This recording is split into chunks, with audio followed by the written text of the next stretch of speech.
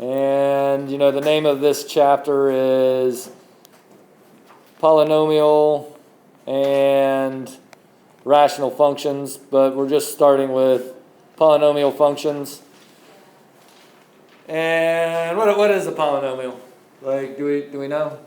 Do we remember? I mean, you deal with them all the time.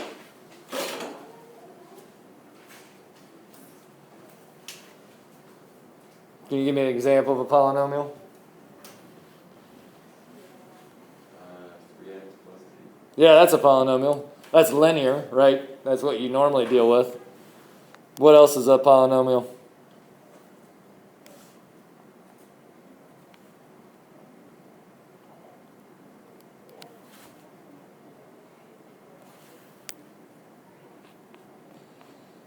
So in the book on page 206, they give this definition that basically goes like this.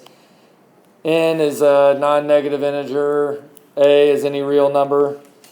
And they do this, which, I don't know, maybe that's a little confusing. It goes on in this pattern until we get to like this. Now the n is the a sub n is just referring to like what term we're looking at, and notice that the exponent decreases as we go down in the terms.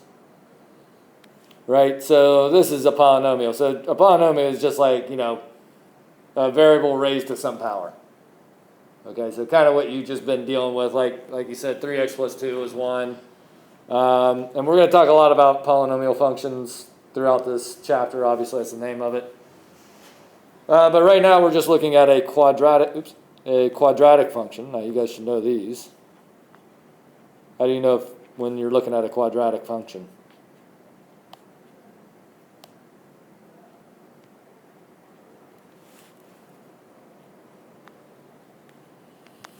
If you're walking down the trail and you aren't paying attention and you stepped on a polynomial function, how would you know? Start nodding your heels off. Probably has an x squared and x and then no x. Well, it definitely has. It doesn't have an x squared. Yeah. Okay. So that's the thing. If there's an x squared involved, it's a quadratic function, right? You guys should recognize this statement here. You know, of course, a, b, and c could be any number you want. Where's my pointer? Right. A, b, and c could be anything you want. But if a was 0, then it wouldn't be a quadratic function anymore. Okay. So you got to have this x squared going on. You know, those IXLs that we did were how to solve these, which is important because we're going to end up doing that here. We're going to talk about that a little bit today. But that's a quadratic function right there. Now, what do these things look like when you graph them? Yeah, kind of like a U. It's called a what? Parabola. It is called a parabola. What's that doing? No. I'm talking to my machine here. Right, it's a parabola. So, you know, a lot of times maybe they look like this. So we're going to look at this, and, you know, we've looked at this before. Not this year, but, you know, in Algebra 2, and hopefully in Algebra we even looked at this. But there's some pretty important points up there. We're going to talk about 1, 2, 3 of these points today, and then we're going to continue on with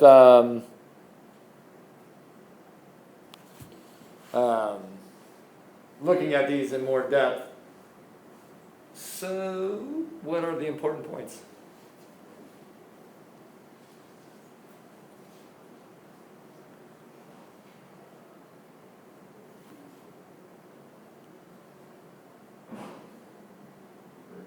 Vertex, that's a big one. We're going to look at that one today. That's the vertex. That's a really important point, right? Because that's where it changes direction. Yeah, and these are the other, we're going to talk about these today. Oops, I missed my circle. Right, those are super important. X-intercepts are also known as zeros. right? Those are going to be super important. We're also going to talk about the Y-intercept, if you can pretend it happens there. And that one's going to be important, when you think about application problems involving time, often you start somewhere on the Y-axis. Something else that really stands out is this line here. Do we remember what that thing's called? Yeah, line of symmetry or axis of symmetry. What's the, it goes through the vertex. What else does it do?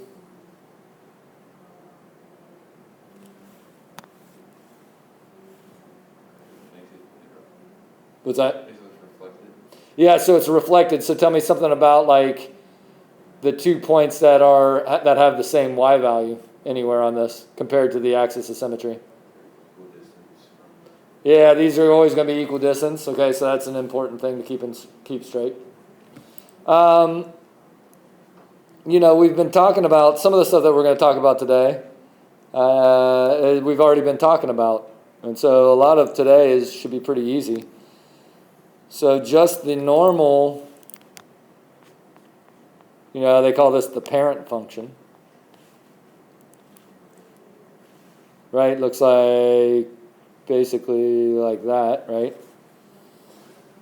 So how would we change it if I wanted it to flip like this? What would we have to do?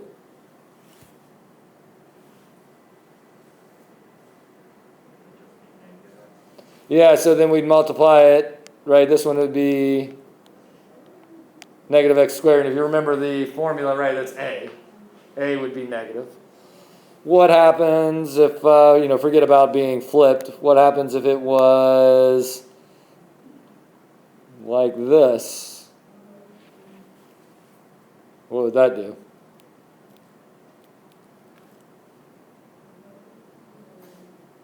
What would we do to change that? It'd be less than 1 but greater than 0, right? So, for instance, maybe it could be 1/2 x squared, but some kind of fraction that's less than 1. What about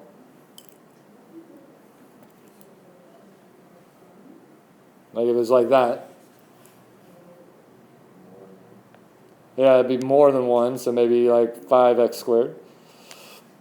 Is that okay? Right, it's all review. If you did those translation ones from before, you're doing all right, probably. All right. What about... Uh-oh, what's happening? Hey, how are you? I'm doing all right. How are you? Hey, what class is this? This is pre-calc. Sweet. Yeah, you're being recorded right now. Awesome. Hi, everybody. Yeah, this is... you guys know this guy's name.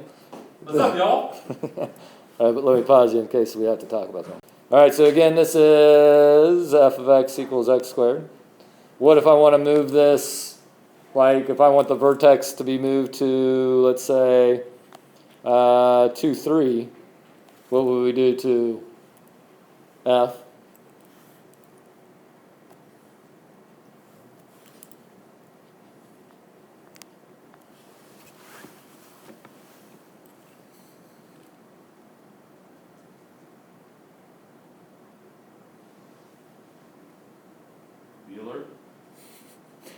It's tough when there's only 3 because they're all waiting for the other person.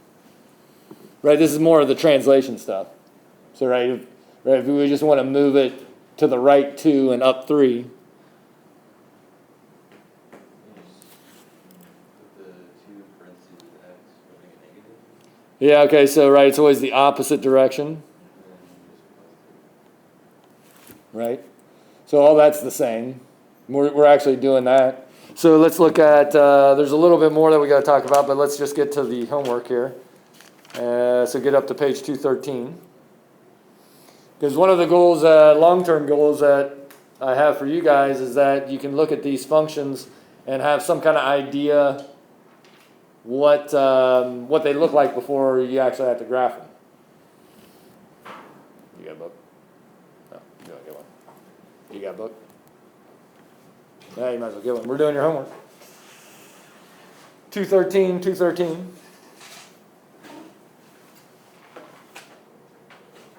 So you guys got to do 1 to 25 odd. We're going to do a couple together, and then we're going to jump back and talk about a little bit more note-wise. But, all we're doing is matching these graphs up right now.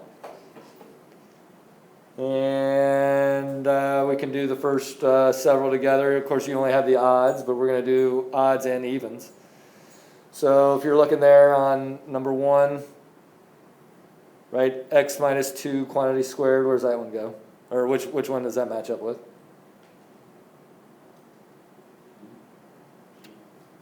Which one is it? G, is that okay? Right, because it moves it to the right too. All right, what about number 2, x plus 4 quantity squared? I'll come back. Okay. You're good. Okay. Which one? C. C, yep, and to the 4 left. Okay, good. What about 3?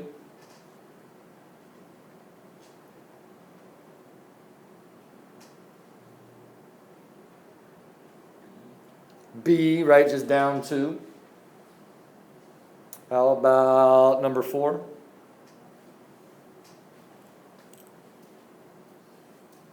This was a little bit tricky, I guess. H, yeah, how's it become H?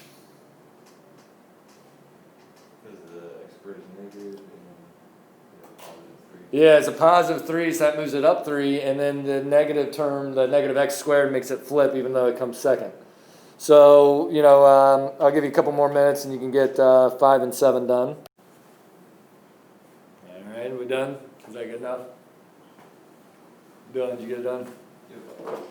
All right, so flip a page over, 9 to 12, same, mostly kind of what we already talked about. So all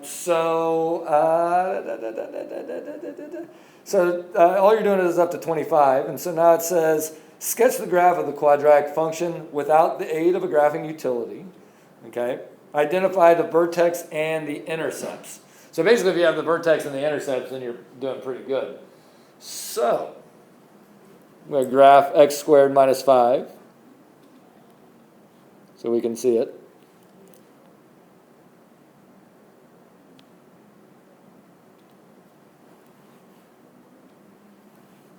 So it looks something like that.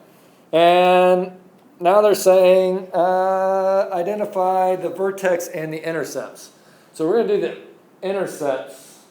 Well, we can do all of them on this case, because this is in something that is called standard form.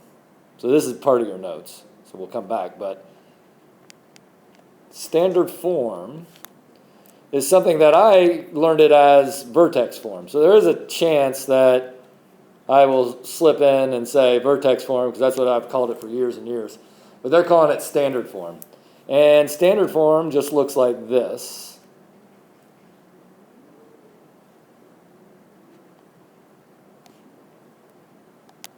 Okay, and that's what we've been looking at with our translations forever and ever.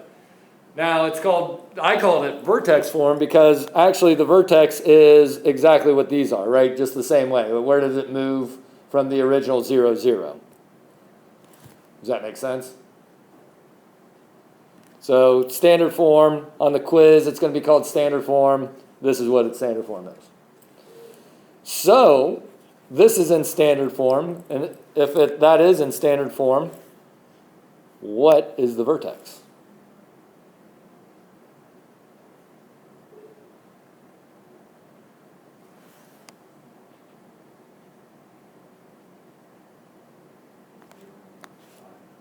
Zero, -5. Is that okay? So probably they want you to find this stuff out before you graph it, but that one's a pretty easy one to graph. But we also need the x and y intercepts. So what do you know in general about the y-intercept? Give me something that is true all the time for the y-intercept.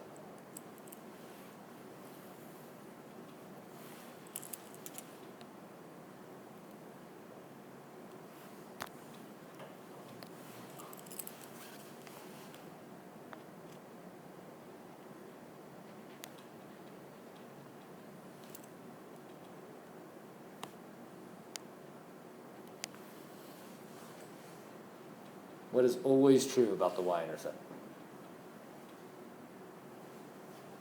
Put 0 in the equation. Okay, because every point on the y-axis is when x equals 0. So to find it, to find the y-intercept, plug in 0 for x.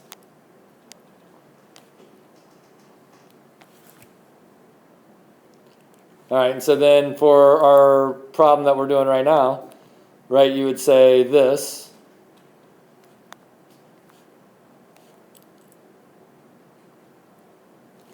And then our y-intercept would be that. And it so happens to be the exact same as the vertex in this case. So we also want to do the x-intercept. So what do you know about x-intercepts?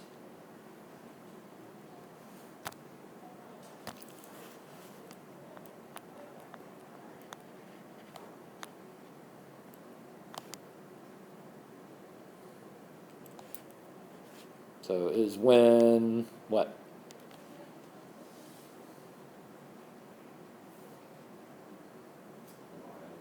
When y is 0. So then,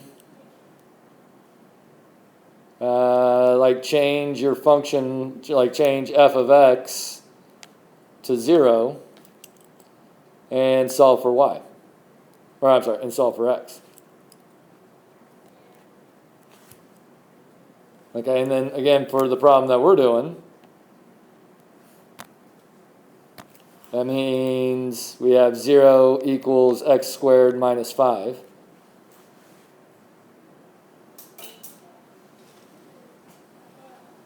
How do we solve that?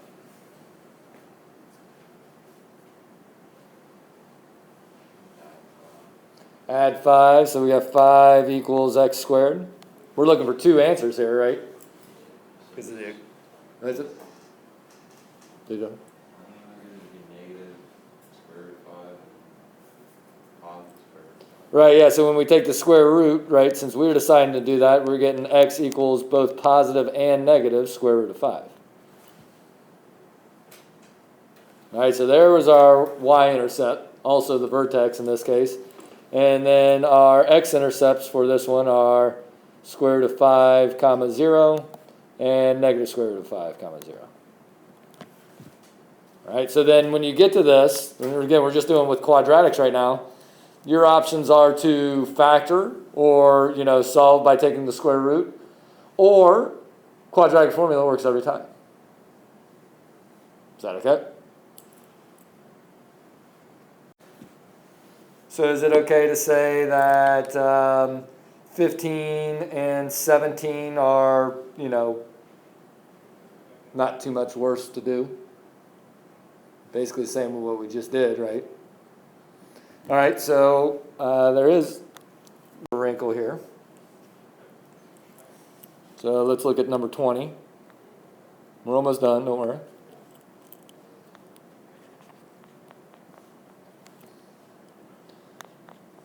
So I'm going to find all this information before I graph it. So let's start with the intercepts. How do we find the y-intercept again?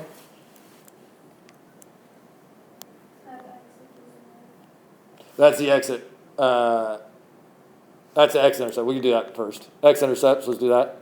So then, we're making that 0. And so then, how do you solve something like that?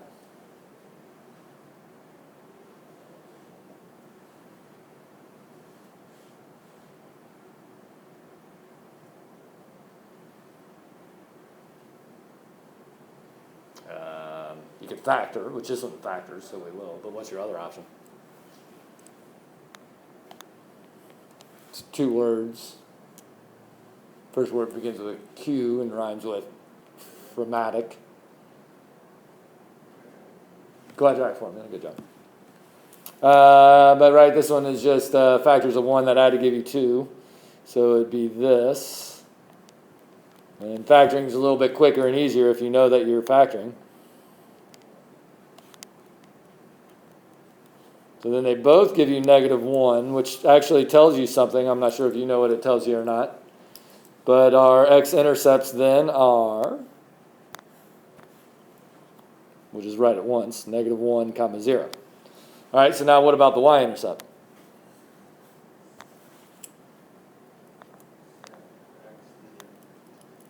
All right, so then, yep, so then we're finding g of 0 then. So then it's 0 squared plus 2 times 0 plus 1, so 1. So then the y-intercept is at 0, 1. We're going to keep track of all this stuff. Is that okay? All right, so now maybe you remember how to go get the vertex, how we did in Algebra 2, but now we're going to do something slightly different, which is to change it into standard form, or what I call vertex form. And in order to do that, we have to do completing the square. So hopefully you looked at completing the square a little bit. So let me move this down here. Now, I've decided that the best way to do this is kind of cheating. It's not really, but there is something you got to watch out for. Here. All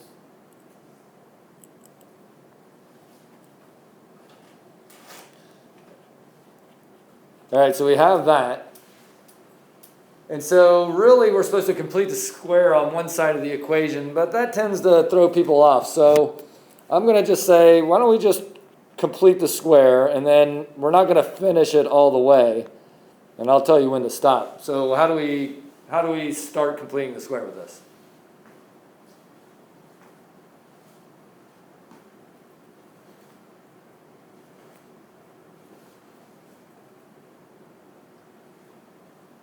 Divide by a, good job.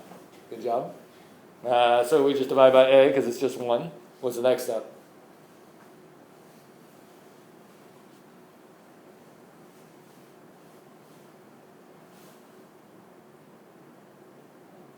You guys didn't watch my video for Tuesday, did you?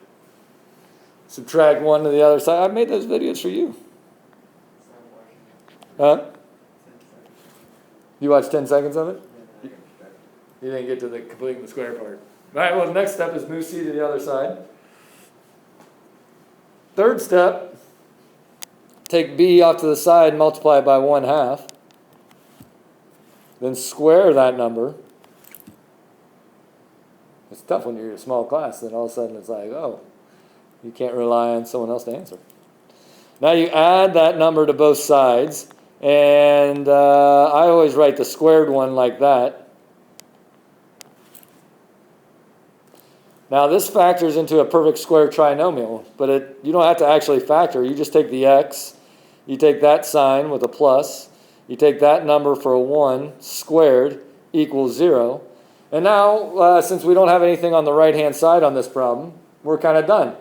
So then the standard form of g of x is just x plus 1 squared. And that's super easy to check to see if you've done it right, because if you go to your graphing calculator and you put that in, and then you put that in, it better give you the same stuff, or otherwise you've done something wrong. But the whole point was to get the vertex out of this. So what's the vertex?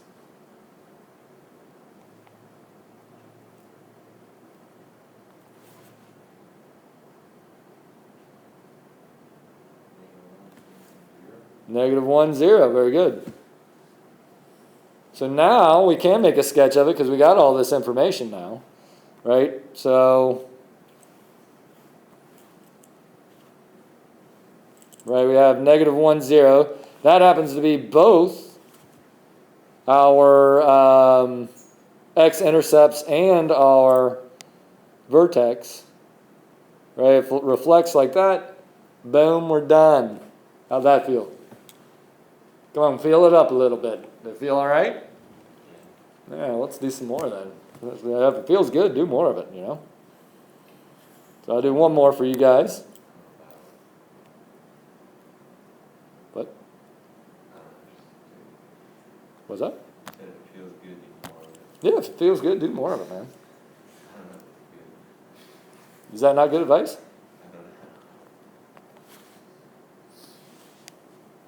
I mean, I'm talking about math. What are you talking about? I thought you were just talking about it in Well, general. I mean, in a way it's true. I mean, you're not doing stuff that doesn't feel good, I hope, are you? I mean, like work. Meanwhile, you gotta get a different job then. Think of me. Think of how happy I am being a high school teacher. Oh, super happy. Thank you for asking. Huh? I love stocking shelves. Huh? I love stocking shelves. That's why I went to school, so I didn't have to stock shelves for 60 years. I like to make There you go. He makes pizza. I used to make pizza. I give people out. Oh, he's like a bouncer. He's like a security He guard. runs front now. Yeah, I run Ooh. runs. I hope that they don't have masks on. Oh, you should say, sorry. And get some crazy customers. Yeah, I imagine that's a lot of fun. It's like Mark's dad. I actually like it. He's like conspiracy mask. It's kind of funny. All right, let's do this so we can be done. We can talk about whatever we want to talk about. All right, here we go. We're going to do it quick. Let's come up with the Y-intercept. So that means we're substituting 0 in for what? Y-intercept first. Yeah, we're substituting in for x. What do we get? 1. So then the Y-intercept is 0, 1. All right, so let's do the X-intercepts. So that means we're doing this.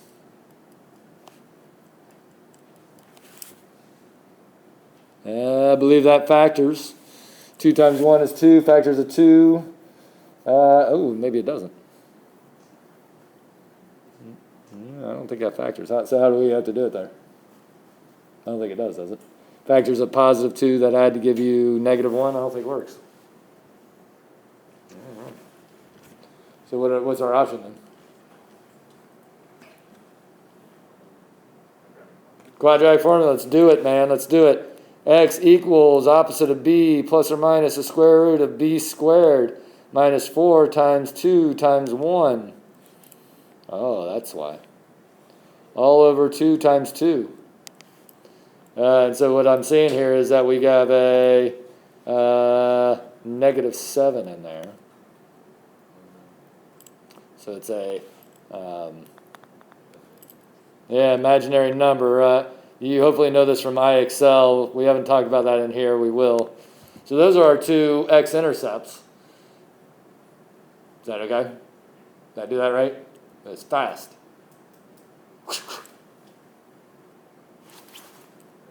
Look at that.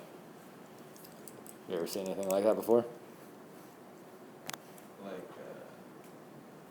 an X-Men or something. Yeah, well, I mean, to find a comparable thing, yes, you do have to almost go to a fantasy kind of thing. That's how awesome that was. Yeah, no real life person could move as quickly as I just moved. Oops.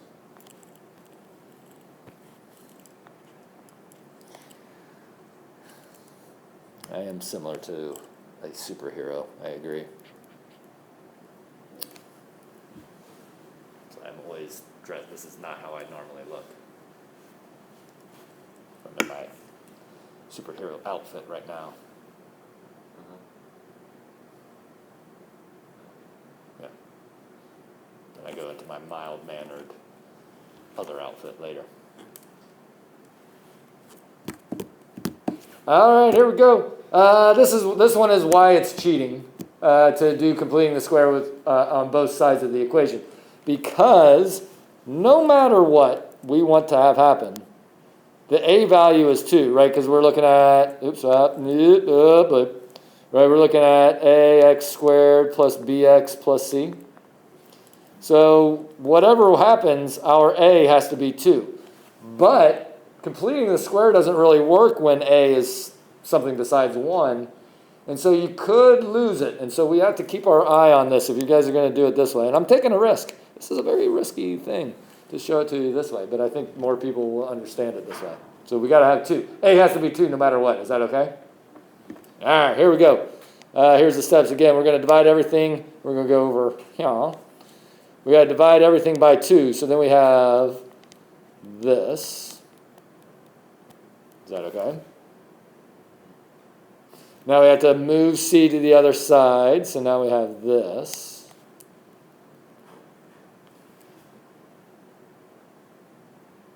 And so now we have to go off to the side and multiply 1/2 by 1/2 and get 1/4.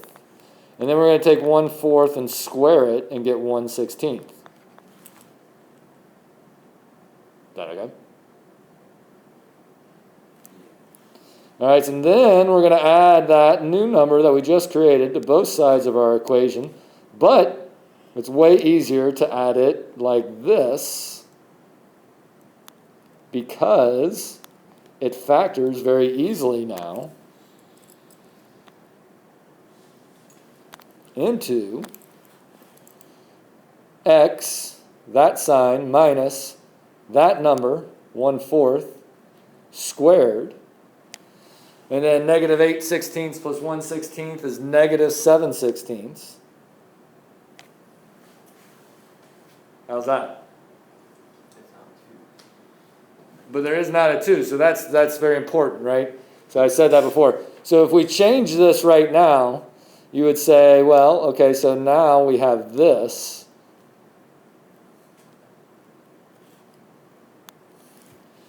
But, and this is like, I have an internal debate with myself.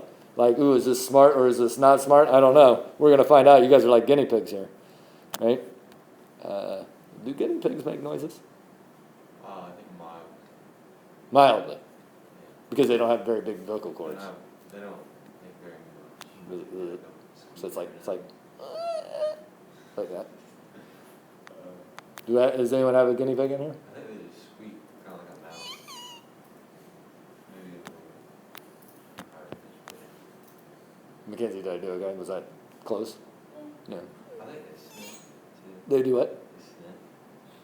Well, yeah, I mean, they probably, yeah. You put them up to They your make ear. all sorts of noises. My one friend has a guinea pig and he makes noises all the time. Oh, really? Weird. Like pig noises? Not pig noises, but Why do they call it guinea pig? Because it's, I think it's like, does it come from Italy, don't they? Because they come from Italy? Well, people call it Italians like guineas or something like that. Well, yeah, I mean, okay. That might be true. I was thinking more of the pig thing than the guinea part, but So they maybe they just sound like Italian. I thought you were calling Italians pigs. Maybe they are. Well, I mean, I think they're people. They are. Okay. Why didn't they call Well, I think it's 'cause- why didn't they call a guinea pig a guinea person? No, I think they're calling the animal an Italian.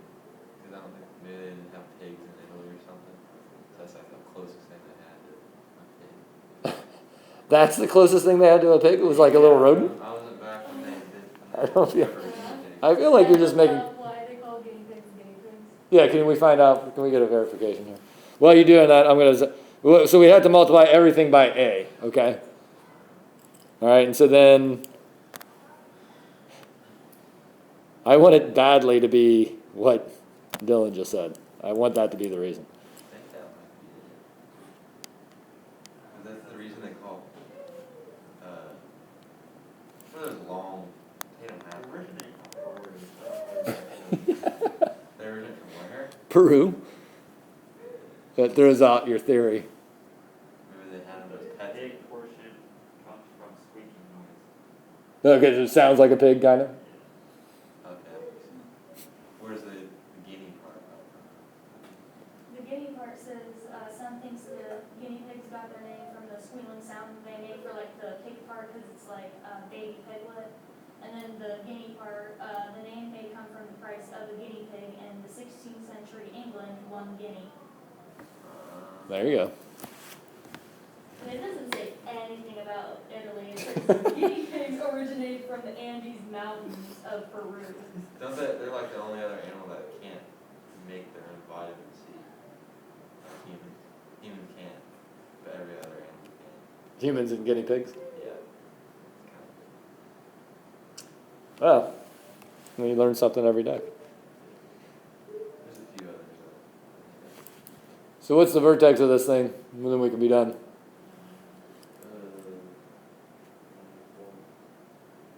Wouldn't you have to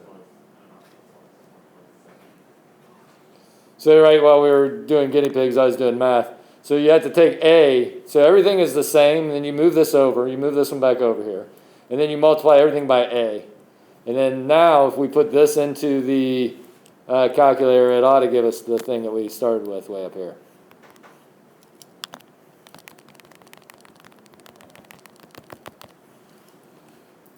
Is that right? All right, then you graph it, but you guys are good at graphing. So, 1 to 25 odd.